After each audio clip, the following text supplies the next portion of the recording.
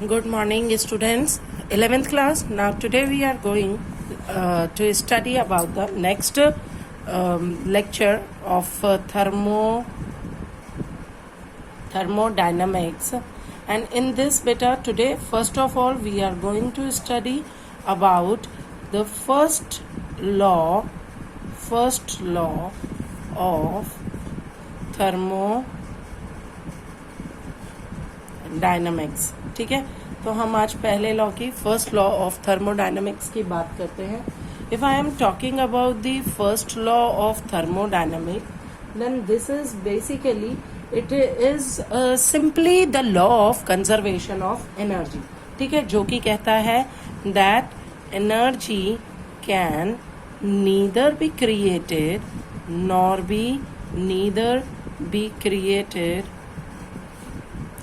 nor be destroyed during a chemical reaction. कहने का मतलब बेटा ये आप पहले भी पढ़ चुके हैं कि टोटल एनर्जी जो ड्यूरिंग यहाँ पर हम लोग इसको ड्यूरिंग अ केमिकल रिएक्शन की जगह है हम ये कह सकते हैं कि energy can neither be created nor be destroyed during a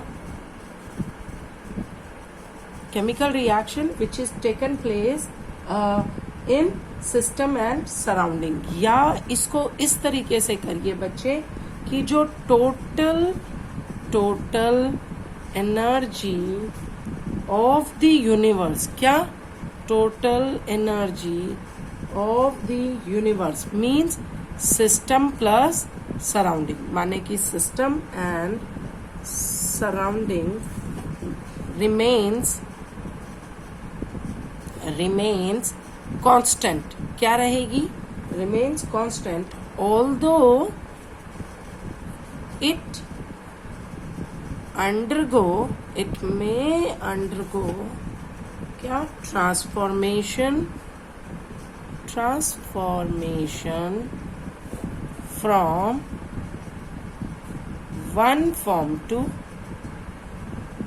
another. ठीक है बेटा, तो वो हम ये कह रहे हैं कि एनर्जी जो है ना तो वो क्रिएट होगी ना ही डिस्ट्रॉयड होगी, और जो टोटल एनर्जी है यूनिवर्स की सिस्टम और सराउंडिंग मिला करके जो हो रही है, माने सिस्टम से सराउंडिंग में, सराउंडिंग से सिस्टम में, वो क्या रहेगी? कांस्टेंट रहेगी. Although it can be transform from one form और to another.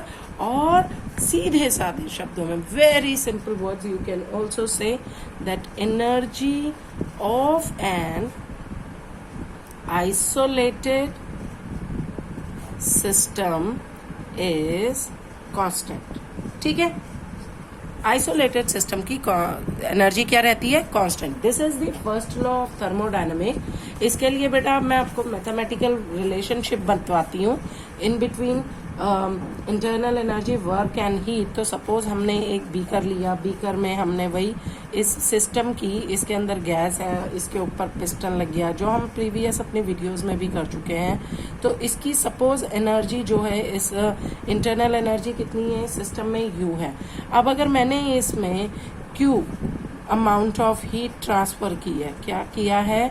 Q amount of heat transfer की इस सिस्टम में, तो ये बन गया, इस सिस्टम ने ट्रांसफर की का मतलब कि यहाँ पे क्या हो रही है?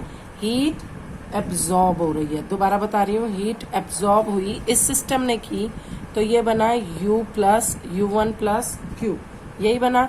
और अब अगर हम कहते हैं कि सिस्टम पे वर्क डन हुआ, माने पिस्टन लगाया गया, पिस्टन से कंप्रेस किया गया अगर इसे, तो वर्क डन ऑन सिस्टम हुआ.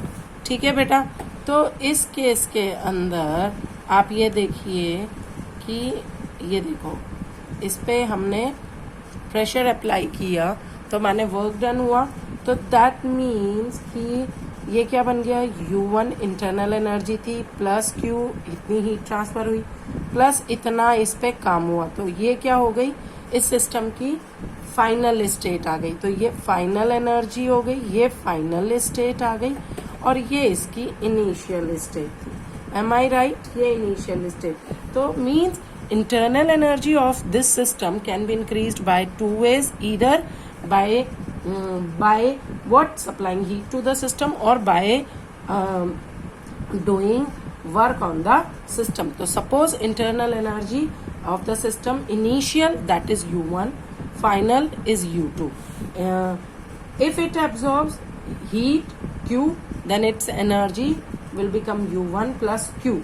और उस केस में हम कह सकते हैं कि delta U means change in internal energy, that will be what, that will be just the sum up of heat transfer and work done on the system.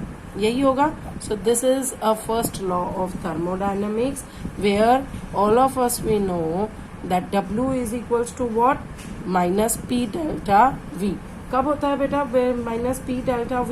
When a work of expansion. Expand ही होएगा ना यहाँ पे, जब से piston डलेगा तो ये expand हो जाएगा. तो ऑफ एक्सपेंशन के केस में जब गैस एक्सपैंड कर रही है तो ये माइनस P डेल्टा V है. तो you can write here U is equals to Q minus P delta V, ये लिख सकते हैं. और yes, it is also, it can be written that heat transfer is equals to delta U plus P delta V. So from here we can say that what this one is the first law of thermodynamics. So इस case में भी आपको ये याद रहना चाहिए that internal energy of an ideal gas, that is a function of temperature. ठीक है. और इसलिए हम ये कह सकते हैं कि फॉर आइसोथर्मल चेंज, अगर चेंज कैसा है बेटा, फॉर आइसोथर्मल चेंज, ठीक है, याद रहेगा. तो डेल्टा यू क्या हो जाएगा, जीरो हो जाएगा. Delta U will be zero, क्योंकि आइडियल गैस अगर वो क्या है, इंटरनल एनर्जी हमारा फंक्शन ऑफ टेम्परेचर है, state of function of temperature है. तो उस केस के अंदर हमारी, क्योंकि डेल्टा यू की वैल्यू क्या हो गई, जीरो हो गई, तो Q इज इक्वल्स टू क्या हो जाएगी, माइनस W हो जाएगा. माने heat absorb by the system will be equal to the work done by the system. Whereas in second one case हम ये भी कह सकते हैं कि ड्यूरिंग एन एडियाबैटिक चेंज, कौन से चेंज में बच्चे, during an adiabatic change Q is equals to zero, क्योंकि हीट ट्रांसफर उसमें क्या होती है, zero, no heat transfer take place. And in this one case delta U is equals to W adiabatic. तो डेल्टा U जो होगा वो किसके इक्वल होगा, W एडियाबैटिक के इक्वल होगा. तो ये बेटा कुछ इक्वेशंस है जो आपको न्यूमेरिकल्स में यूज होनी है. So just keep it in your mind, इनको ध्यान से चलिएगा लेके. अगला टॉपिक अब जो हमारा आता है, न्यूमेरिकल्स जो है मैं अपनी अगली वीडियो में करूंगी. पहले हम थ्योरी खत्म कर देते हैं और सारे फॉर्मूलेज ले लेते हैं. Then after that we will take, ठीक है, न्यूमेरिकल पोर्शन. तो अब हम लगते हैं एंथैल्पी पे. ठीक है. तो this is also state function, ये भी एक स्टेट फंक्शन है. स्टेट फंक्शंस क्या होते हैं, that we already discussed in my previous video. So for that, if you are confused, go and watch the previous one video. And we know, according to the first law, Q is equals to delta U plus P delta V. ठीक है. अगर अब हम बोलते हैं कि इस process को, if we proceed this process, ठीक, carried at constant volume, तो अगर मैं इसको कांस्टेंट वॉल्यूम में लेकर के जाती हूँ तो delta V is equals to zero at that time. And this equation can be again, ये पूरा जीरो हो जाएगा. तो Q क्या बन जाएगा बेटा, इक्वल्स टू डेल्टा U. तो हम ये कह सकते हैं कि इस केस में internal energy is nothing, internal energy is either heat absorbed or evolved, है ना, evolved at constant volume. यही होगा बेटा. ठीक है ना. ये मैंने अभी करके दे दिया कि अगर हमारा जो आपका डेल्टा वी है, अगर प्रोसेस ऐसा कैरिड आउट करें कि जिसमें चेंज इन वॉल्यूम जीरो हो जाता है, तो in that one case internal energy is the heat absorbed और evolved at constant volume. And all of us we know कि delta u is also a state function, so therefore qv माने heat transfer at constant volume is also a state function. दोबारा बोल रही हूँ, heat transfer at constant volume is also a state function. So if a process is carried out at, ध्यान से सुनिएगा please, ध्यान से, if a process is carried out at constant pressure, ठीक है, क्योंकि जनरली यही केस होता है बेटा, क्योंकि ज्यादातर जो रिएक्शंस होती हैं वो या तो ओपन टू द एटमॉस्फेयर होती है, हम हर एक को तो बंद करके नहीं करते, तो ओपन टू द एटमॉस्फेयर करते हैं, या फिर सिस्टम जो होता है उसको एक सिलेंडर में गैस फिल की जाती है, फिर उसके ऊपर पिस्टन लगाया जाता है और फिर उसमें हम क्या कर रहे होते हैं, एक्सटर्नल प्रेशर अप्लाई कर रहे होते हैं. तो हमने यही केसेस करे हैं, या तो हम ओपन में रिएक्शंस को कैरिड ओवर करते हैं जिसमें कि एटमॉस्फेयर प्रेशर लगता है, या फिर हम एक गैस को एक सिलेंडर में डाल के पोर करके और फिर उसके ऊपर पिस्टन लगा के और उसमें एक्सटर्नल प्रेशर लगाते हैं, जो कि the external pressure acting on the piston is basically the atmospheric pressure. So in that one case also जो work of expansion देगा मिलेगा हमें, क्या मिलेगा, work of expansion in that case, that is also, क्योंकि वो expand करेगा तो W is equals to क्या हो जाएगा, minus P delta V. This we have already done, ठीक है. और where delta V is nothing but delta V is increase in volume, और P तो हमें मालूम ही है कि वो क्या है, कांस्टेंट प्रेशर. हम वो बात कर रहे हैं कांस्टेंट प्रेशर, क्योंकि वो या तो एटमॉस्फेरिक प्रेशर है आपका, ठीक है. So according to first law of thermodynamics, Q is equals to delta U minus W हो जाएगा इस केस में, जहां पे कि Q जो है वो क्या है, हीट एब्जॉर्ब्ड बाय सिस्टम, यही होगी. डेल्टा यू क्या है, ये है इंक्रीज इन इंटरनल एनर्जी, ठीक है जी. और डब्ल्यू क्या है हमारा, this is work done by system. Clear. तो इन दिस वन ऐसे में मैं अगर पुट करती हूँ, पुट वैल्यू, ठीक है, पुट करती हूँ W is equals to minus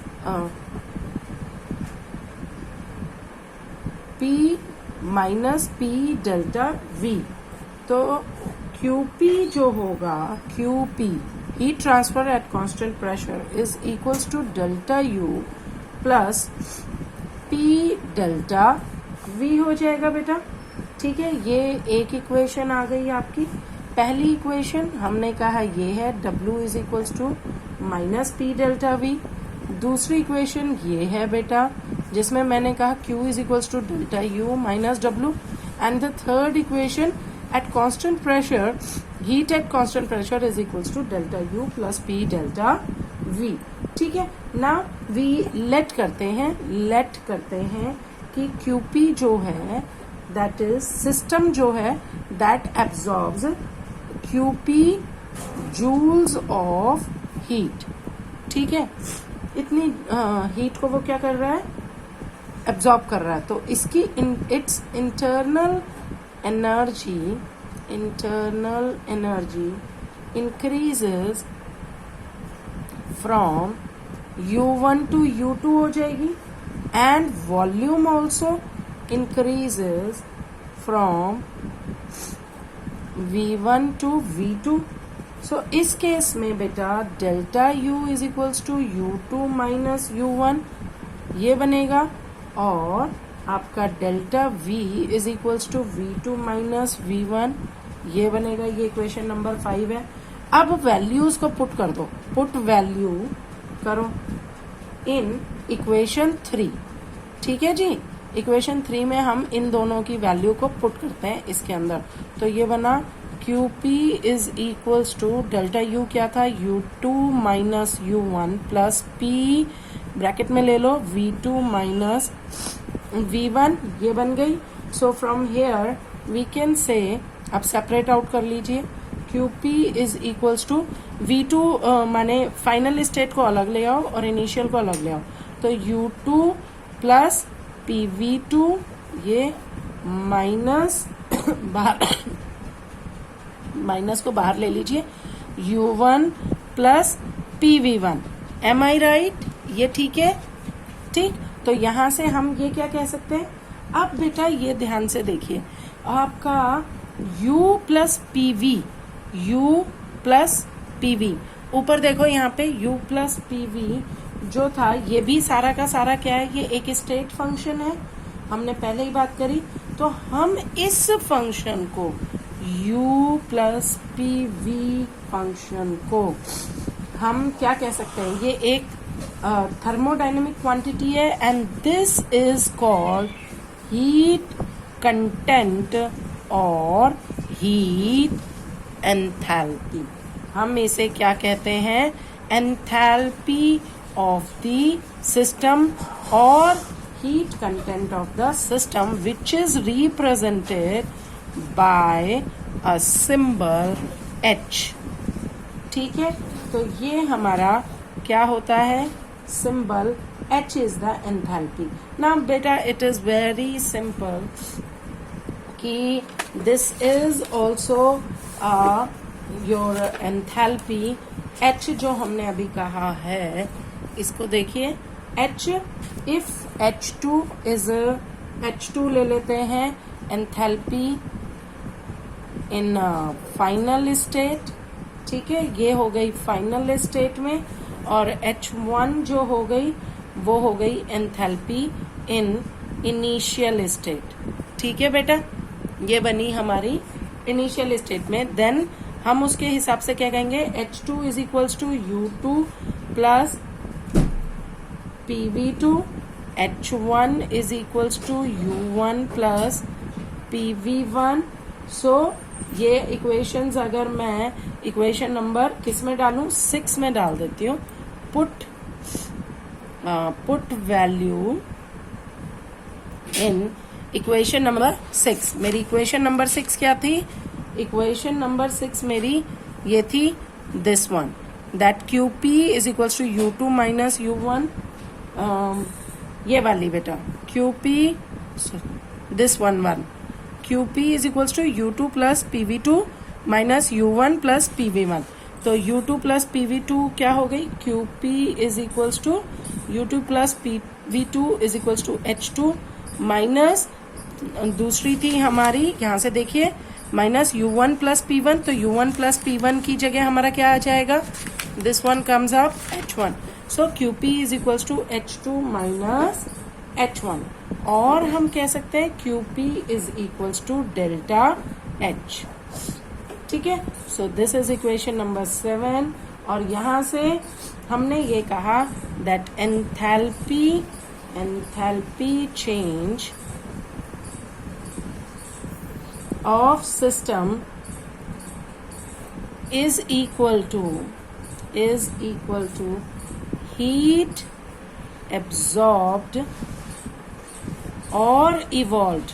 ठीक है, heat absorbed or evolved by system at constant pressure. ठीक है जी. So delta H is equals to delta U plus P delta V. This is the another one relationship in between internal energy and enthalpy. Fine बेटा, ये भी हमारे को क्या है, ये भी हमारे को यूज होगा न्यूमेरिकल्स में. और इसके हिसाब से हम enthalpy change is defined as the sum of the increase in internal energy of the system and pressure volume work done. And obviously याद रखना, work done is the work of expansion. ये क्या होगा, work of expansion. So this is the relationship in between internal energy and enthalpy. Fine. यहाँ से हम relation between एक और निकाल लेते हैं फटाफट, that is relation between heat of reaction at constant pressure and heat of reaction at constant volume. ये एक न्यू डेरिवेशन और करा देती हूँ। हमने ऑलरेडी बता दिया है आपको बेटा, QP जो होता है वो डेल्टा H है, QV जो है वो डेल्टा U है। ये वैसे मैंने रिलेशन आपको प्रीवियस उसमें भी करा दिया था, बट स्टिल आप इसे यहाँ पे दोबारा देख लीजिए।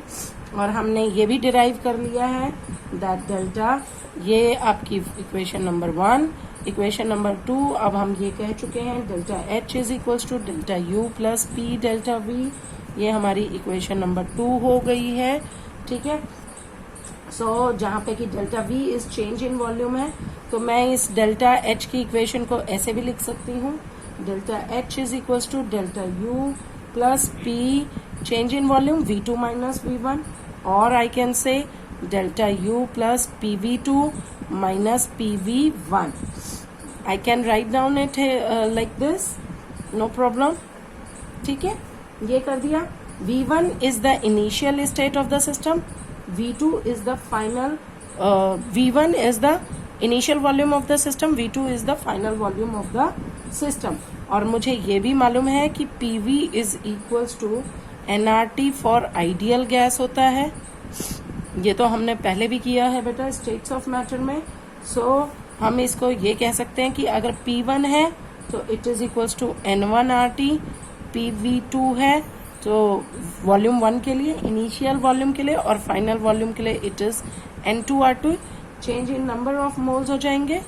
सो this is equation number 4 and equation number 5 here.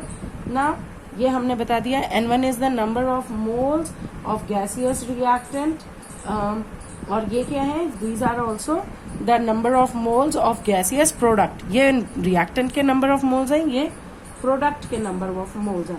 Now put the values in equation 3। इसकी वैल्यू बेटा इक्वेशन नंबर 3 यहाँ पे वैल्यूज को पुट अप कर दो। तो यहाँ हमने कहा था delta H is equals to delta U plus N1RT minus N2RT। मैंने इसमें डाल दिया PV2 is equals to N2RT, यहाँ पे N2RT लिखिए, minus PV1 is equals to N1RT, ये यहाँ पे ले लीजिए। तो ये बन गई वैल्यू N2RT माइनस N1RT। ठीक है बेटा, तो ये क्या बन जाएगा, delta U plus N2 minus N1, इसको कॉमन निकाल लो, RT दोनों में कॉमन है, इसे बाहर निकाल लो, N2 माइनस N1। तो मैं यहाँ पे से ये कह सकती हूँ that delta H is equals to delta U plus NG/RT। Number of moles of delta NG is nothing but it is the difference in between the number of moles of gaseous product minus number of moles of gaseous reactant। ठीक है बेटा, तो अब ये हमारा relation आ गया। अगर मैं इन्हीं वैल्यूज को डेल्टा H और डेल्टा V की भी वैल्यू रखती हूँ, डेल्टा U की वैल्यू रखती हूँ, तो delta H is equals to QP। तो मैं यहाँ पे ये लिख सकती हूँ QP is equals to delta U is equals to QV। तो मैं यहाँ पे लिख सकती हूँ QV plus NG delta NG/RT। This is the another one relationship. ठीक है, तो QP is equals to QV plus NG/RT। So these are the two. Another one very important relationship in between number of moles, internal energy, enthalpy, or relation in between heat transfer at constant pressure, heat transfer at constant value, and number of moles. Okay बच्चे, so this one is all about your enthalpy and relation in between your heat of reaction at constant pressure and volume. Next one बेटा, हम heat specific heat capacity and heat capacity or molar heat capacity terms है, that we have already done in my previous video। तो वो हमने Cp minus CV is equals to NR, वो हम सारा कर चुके हैं। नेक्स्ट आ जाता है हमारा measurement of delta U and measurement of delta H। तो that we are going in our next video, जो कि मैं आपके साथ शेयर करूंगी। Till that time, thank you.